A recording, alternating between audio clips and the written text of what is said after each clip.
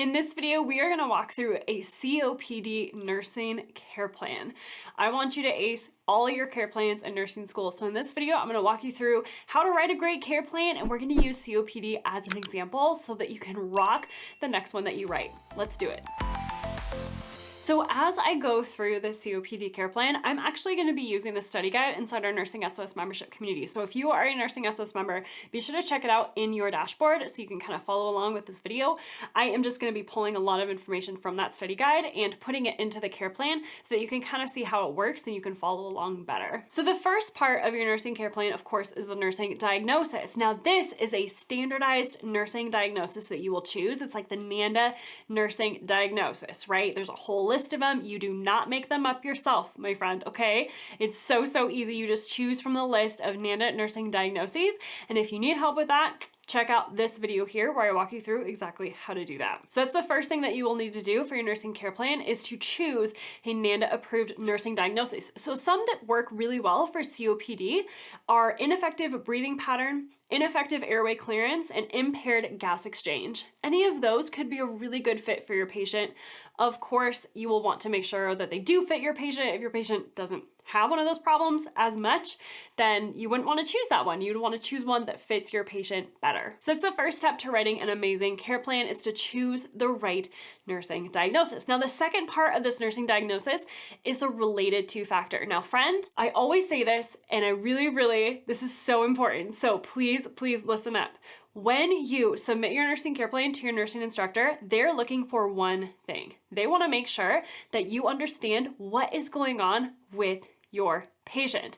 And one of the best ways to do that is to show them that you understand the pathophysiology behind what is actually going on with your patient. And that's where the related to factor comes in. So when you do the related to factor in your nursing diagnosis, I want you to be thinking patho. Think about the pathophysiology. So here in COPD, really what's happening is that there's a trigger in the body that is triggering the inflammatory response in the lungs. Then that inflammation decreases the gas exchange in the lungs, and it causes mucus buildup and bronchospasm and edema in the lungs. So when you think about that related to factor, you have to be thinking pathophysiology. That is really going to impress your instructor if you can explain it really well.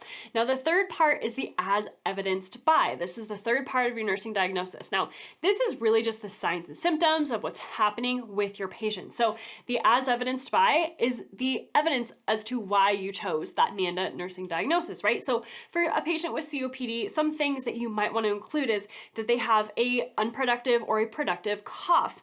They have a fever. They have dyspnea, accessory muscle use. Maybe they're fatigued. They have wheezes. You're hearing wheezes in their lungs on auscultation. Their respiratory rate is increased.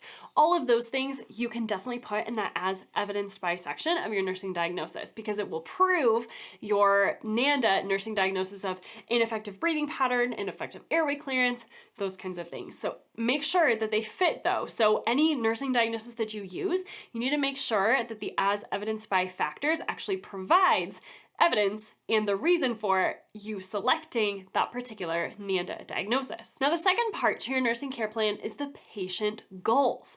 Now, here is where in this column, you will create goals for your patient to achieve. And you'll always want to write these as the patient will. So the patient will do this. And these patient goals need to be linked back to the original problem. We want to solve that original problem. We want to solve for that underlying pathophysiology. Like we want to solve for what the patient is experiencing, okay? We want to fix it, right? So the patient goals link back to that NANDA nursing diagnosis and they try to fix the underlying problem. So for this example of COPD, we could use patient goals such as the patient will have an increased blood oxygen level. And you can put the exact number based on your patient too. Like if your patient started in the 70s, maybe you would increase it to 80s or even 90s, depending on your patient. The patient will have less accessory muscle use. That would be another good patient goal, right? The patient's airway will be clear. Now, one thing that I do want to mention is that some nursing schools require you to put a deadline to it or a time frame on your patient goals. So in that case, you'll want to check with your school, check with your instructor on what they require specifically. But for these patient goals, you could put the patient will have less accessory muscle use by 0700 tomorrow morning, something like that, or 1900 today. So you just put a deadline to it. You could say even by discharge. You could say the patient will have a blood oxygen level of at least 88% by discharge, something like that. So you would just put a deadline to it at the end of that patient goal. Now, in the next column of your nursing care plan are the nursing interventions. Now, this is what you will do as the nurse or nursing student in order to help your patient meet those goals. So this column is all about you. So you will write them as the nurse will. All right, so they're different from the previous column with patient goals, which is very patient-centric. Now this is your time to shine on what you will be doing as the nurse in order to help them meet their goals. So some really great nursing interventions that you can use for a patient with COPD are monitoring their respiratory and cardiac status. So the nurse will monitor their respiratory status, monitor their cardiac status. The nurse will help the patient perform breathing exercises like controlled coughing or abdominal breathing. So good. The nurse will reposition the patient every 2 hours. The nurse will administer bronchodilators as prescribed, or corticosteroids as prescribed, or mucolytics as prescribed, right? So the nurse will, in this column, the nurse will educate the patient on repositioning and medication management. So this column starts with the nurse will, whereas the previous column was the patient will. You see the difference? And now the last column is the evaluation.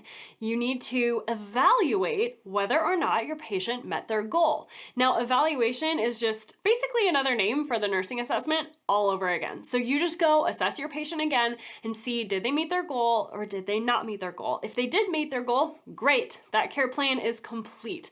If they did not meet their goal, then you'll go back and you'll look and see, well, why didn't they meet their goal? And what can you do differently next time in your new care plan to help them meet their goal the next time? So that's what the evaluation column is all about. And I have some more fantastic care plan examples for you. I'll put the link down below in the description for you to check those out. And in this video, I walk you through how to write an A+ nursing diagnosis. So if you are getting stuck on that, you definitely do not want to miss that video and go become the nurse that God created only you to be. And I'll see you in the next video. Take care. Bye-bye.